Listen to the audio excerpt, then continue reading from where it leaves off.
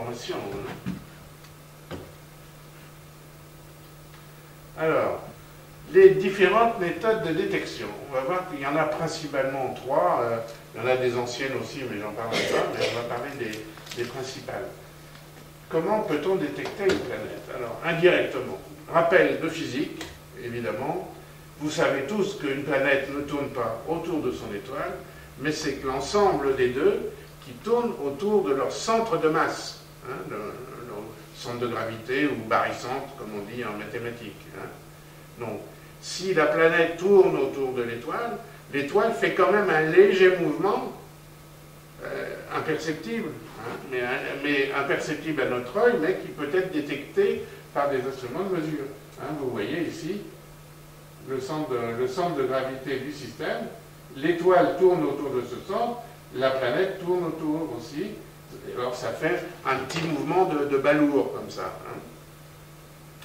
Et évidemment, si on pouvait détecter ce mouvement de l'étoile, parce que détecter le mouvement de la planète, on n'y arrivera jamais, mais si on pouvait détecter ce mouvement de l'étoile, ça voudrait dire qu'il y a effectivement une planète qui tourne autour. Et c'est une méthode basée sur l'effet Doppler, parce que vous savez que lorsque une étoile s'éloigne de nous, sa lumière va plutôt être déviée vers le rouge. Quand une étoile s'approche de nous, elle va plutôt être déviée vers le bleu. C'est ce qu'on appelle l'effet Doppler ou le redshift, ou ça, bon, c'est tout un tas de noms. Et on va essayer de détecter cette variation de mouvement de la planète, de l'étoile qui s'éloigne ou de l'étoile qui se rapproche de nous. Et évidemment, si on peut détecter ce petit mouvement et en tracer une courbe, et si on s'aperçoit qu'il y a un mouvement périodique, eh bien on pourra dire qu'il y a une planète, une ou plusieurs planètes. Voilà, donc vous voyez, l'étoile se rapproche de nous, la lumière vire au bleu, l'étoile s'éloigne de nous, la lumière vire au rouge, alors que la planète est là et on ne la voit pas. Hein, voilà, en fait, avec une animation, à quoi ça correspond. Hein, puisque l'étoile a un spectre connu, c'est-à-dire que c'est son code d'identification, son ADN, si on veut, est connu. Hein, et on s'aperçoit que ce spectre, en fonction de la position de l'étoile, eh ben, il est décalé soit vers le bleu, soit vers le rouge. Et on peut tracer ce mouvement sur une courbe, qu'on appelle la courbe des vitesses radiales, voilà, et qui correspond au mouvement de la planète autour de l'étoile. Ça correspond à des légères variations de vitesse. Et c'est grâce à cette méthode que la première planète extrasolaire a été découverte par notre ami Michel Mayor de l'Observatoire de Genève en 1995. C'est donc cette fameuse planète baptisée 51 PEG B. Vous savez comment on note les planètes de façon générale. L'étoile va s'appeler Tartampion.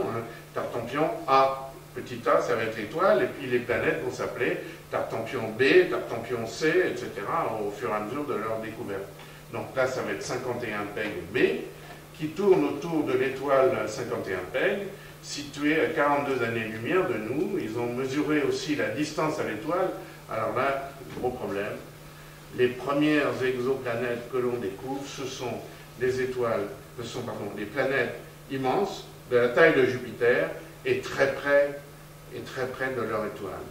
C'est pas du tout comme le système solaire. Chez nous, les planètes géantes, les planètes gazeuses sont situées dans le fond du système solaire, alors que, a priori, pour toutes les planètes, les exoplanètes que l'on a découvertes à cette époque, c'est le contraire. On a appelé ça des Jupiters chauds. Ce sont des planètes du type Jupiter chaud, c'est-à-dire des étoiles de la taille de Jupiter, hein, parce qu'on ne pouvait pas voir à cette époque-là des planètes beaucoup plus petites. Donc ce sont des étoiles de la taille de Jupiter, mais très proches de leur étoile. Quand je dis très proche, dans le cas de PEG 51, elle est à, je crois, elle tourne en 4 ou 5 jours autour de son étoile. Je ne sais pas si vous imaginez ça. Donc évidemment, c'est l'enfer sur cette planète. Hein. Alors, il y a un problème, c'est on a essayé d'expliquer pourquoi notre système solaire est totalement différent.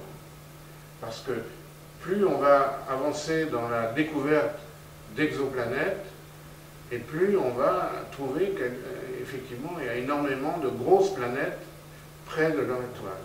Donc il semble que notre système solaire ne soit pas typique des autres.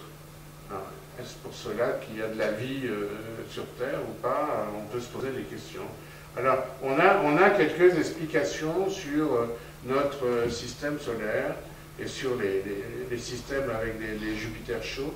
On pense que les grosses planètes se forment effectivement dans le fond des systèmes planétaires, des systèmes stellaires, pardon, et qu'elles migrent vers, elles migrent vers l'intérieur des systèmes solaires. Il y a beaucoup d'études à ce sujet et on est en train de chercher. Parce que donc, notre système solaire, je le répète, est vraiment atypique par rapport à tous les systèmes qu'on a découverts jusqu'à présent. Alors c'est bien ou c'est pas bien, je ne sais pas trop. Voilà la courbe qui a été découverte par Michel Mayor. Vous voyez, c'est des jours ici. Donc vous voyez, en 4 ou 5 jours, ces points de mesure, on voit bien une période. C'est donc la période de léger mouvement de l'étoile due à la planète qui tourne autour. Et Michel Mayor a mis donc ce mouvement en évidence. Il a eu beaucoup de chance parce que lui, il a été intelligent et il cherchait des mouvements courts sur plusieurs jours. Pourquoi je dis ça? Parce qu'à l'époque, on cherchait des planètes, on n'avait pas encore trouvé d'exoplanètes, on cherchait des grosses planètes parce qu'on s'imaginait que c'était les plus faciles à trouver, à détecter, c'est évident. Hein. Plus c'est gros, plus c'est facile à détecter dans le ciel. Et on s'est dit, c'est comme le système solaire. Les grosses planètes, elles sont très loin de leur étoile, c'est donc des périodes de plusieurs années. Donc les Américains, ils faisaient une mesure tous les ans, ou un truc comme ça, dans les systèmes comme ça. Alors que Michel Mayor, lui, n'avait pas d'idée préconçue, tous les jours, il faisait des relevés, et c'est comme ça qu'il a trouvé. Bravo Michel.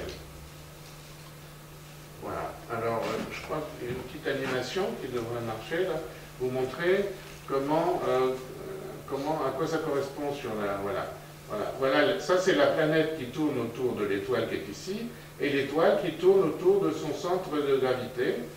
La Terre est là, l'observatoire est là, hein, et puis voilà la courbe des vitesses que l'on détecte. Voilà.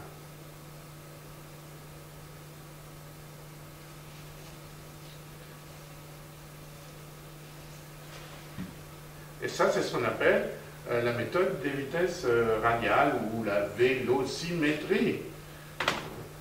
Alors, c'est surtout valable pour des planètes massives proches de leur étoile, hein, car les variations sont mesurables. Des planètes comme la Terre ne sont pas encore détectables par ce type de méthode. Mais historiquement, c'est la première méthode et c'est une méthode qu'on va pouvoir combiner avec d'autres dans le futur. Alors, il y a de nouveaux instruments, c'est des spectromètres qui mesurent ces vitesses radiales, et notamment un qui s'appelle ARPS, qui a été aussi développé par Michel Mayor à l'Observatoire de Genève, et qui, justement, a permis de faire beaucoup de progrès dans ce système de détection, et qui a permis de découvrir un système multiple qui s'appelle Gliss 581, dont je vais vous parler. Et on a détecté, en principe, 2 planètes de type terrestre capables d'habiter la vie chez nos voisins à 20 années-lumière, dans Gliss 581. Gliss, c'était un monsieur qui était astronome, qui répertoriait toutes les étoiles. Vous savez, ils ont tous leur catalogue. HD, c'est Henry Draper, etc., etc. Et c'est encore une découverte de l'ESO au Chili. grâce à HARPS, au spectrographe de HARPS, le plus précis du monde, qui a permis de mettre au point ce système. Alors voilà le système solaire de Gliss 581, vous voyez, l'étoile est là. Pour comparaison, on l'a superposé au système solaire, mais vous voyez, ça s'arrête à l'orbite de Vénus. Hein. C'est quand même tout très près de l'étoile. Hein. Mais là, c'est un système multiplanétaire. Et l'étoile, alors vous allez me dire, si près du Soleil, de leur Soleil, comment vous pouvez dire que ça peut être des planètes de type terrestre habitable? Ben, je triche parce que l'étoile ici, c'est pas une étoile comme le Soleil, c'est une étoile beaucoup moins chaude que le Soleil, donc qui va permettre de